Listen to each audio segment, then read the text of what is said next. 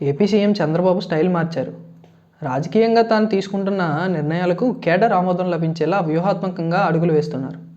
గతంలో సర్వేలు, ప్రత్యేక ప్రతినిధులు, నివేదికలు అంటూ తన నిర్ణయాలను కేడర్పై బలవంతంగా రుద్దిన చంద్రబాబు ఇప్పుడు అందుకు భిన్నంగా వ్యవహరిస్తున్నారు. తన నిర్ణయాన్ని కేడర్ వ్యతిరేకిస్తే అలా ఎందుకు జరుగుతుందో తెలుసుకుంటున్నారు. కేడర్ మాటకు విలువనిస్తూ వారిని ఒప్పించి మెప్పించి తగిన నిర్ణయం తీసుకుంటున్నారు. దీనికి ఇటీవల జరిగిన ఓ సంఘటనే ఉదాహరణగా చెబుతున్నారు.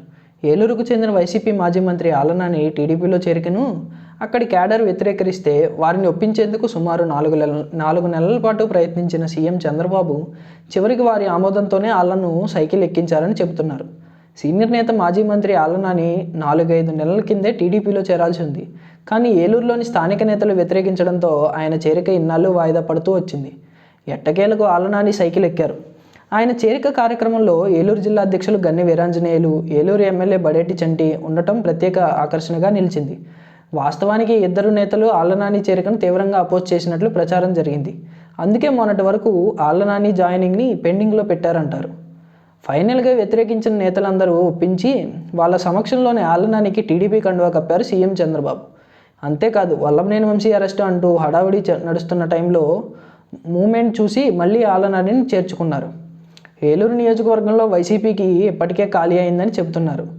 ఒకప్పుడు నానికి అత్యంత సన్నిహితులుగా ఉన్న వారంతా ఇప్పటికే టీడీపీలో చేరారు.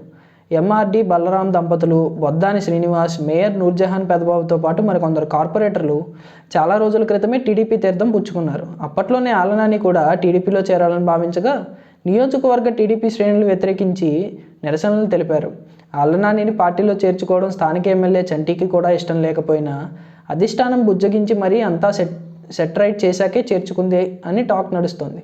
నానిని పార్టీలో చేర్చుకోవడమే కాకుండా ఏలూరు జిల్లా టీడీపీ అధ్యక్ష వర్గాలు అప్పగిస్తారంటూ కూడా ప్రచారం జరుగుతోంది. చేరికల వెనుక చంద్రబాబు మార్క్ వ్యూహం ఉందంట. 2-3 రకాల వ్యూహాలతో ముందుకు వెళ్తున్నారని అంటున్నారు తెలుగు తమ్ముళ్ళు.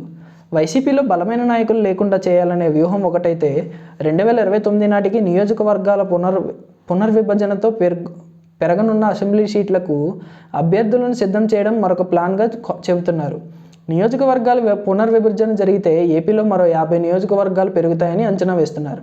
అంటే 225 అసెంబ్లీ సీట్లకు అభ్యర్థులను తయారు చేయాలన్నమాట. అందుకే సొంత పార్టీ నేతలు వ్యతిరేకించిన బుజ్జగించి మరీ వైసీపీ నేతలను చేర్చుకుంటున్నట్లు టాక్ వినిపిస్తుంది.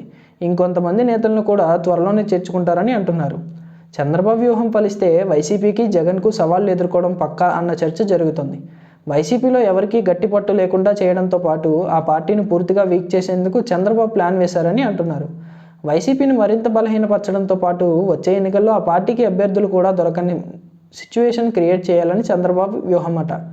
అయితే ఆళ్ల నాని జాయినింగ్తో టీడీపీలో చేరాలనుకుంటున్న మిగతా నేతల ఆశలు కూడా చిగురిస్తున్నాయట. తమ చేరికకు కూడా టీడీపీ అధిష్టానం త్వరలోనే గ్రీన్ సిగ్నల్ ఇస్తుందని ఎదురు చూస్తున్నారట. రాబోయే రోజుల్లో ఇంకెవరు నేతలు టీడీపీ గూట్లో చేరుతారో చూడాలి మరి. మరోవైపు ఏపీ సీఎం చంద్రబాబుకు కొత్త చిక్కు వచ్చింది. వైసీపీ అధినేత మాజీ సీఎం జగన్కు కౌంటర్ ఇచ్చే క్రమంలో ఆయన చేసిన పని కూటమిపై ప్రభావం చూపిస్తోంది. తాజాగా జగన్ మిర్చి రైతులకు ధర లభించడం లేదని పేర్కొంటూ గుంటూరు మార్కెట్ యార్డును సందర్శించి రైతులతో ముఖాముఖి అయ్యారు. తమ హయాంలో మార్కెట్ రేటు 21,000 నుంచి 23,000 వరకు పలికిందని, ఇప్పుడు 13,000కు పడిపోయిందని ఆరోపించారు.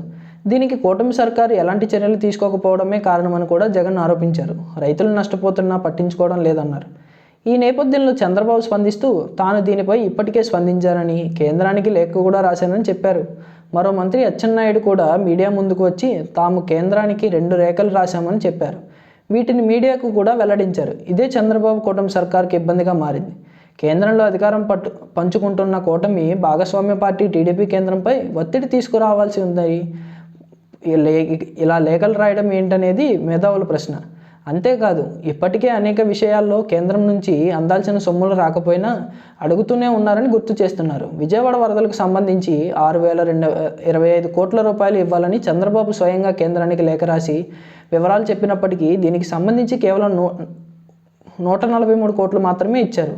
తాజాగా విపత్తు నిధుల కింద 600 కోట్లు ఇచ్చినా వాటిని భవిష్యత్తు అవసరాలకు వాడాలని మెలికపెట్టారు. దీంతో దీని నుంచి రూపాయి ఖర్చు చేసినా లెక్క చెప్పాల్సి ఉంటుంది.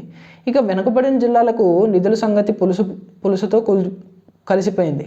అదేవిధంగా మెడికల్ కాలేజీల నిర్మాణాలకు కూడా విధుల కోసం ప్రయత్నాలు సాగుతున్నాయని చెబుతున్నారు. పోలవరం నిధుల విషయంపైన కేంద్రం ఆలస్యం చేస్తోంది. ఈ పరిణామాల నేపథ్యంలో చంద్రబాబుపై ఒత్తిడి పెరుగుతోంది. కేంద్రంతో సంప్రదింపులు సరే, ఒత్తిడి కూడా తీసుకురావాలని మేధావులు సూచిస్తున్నారు.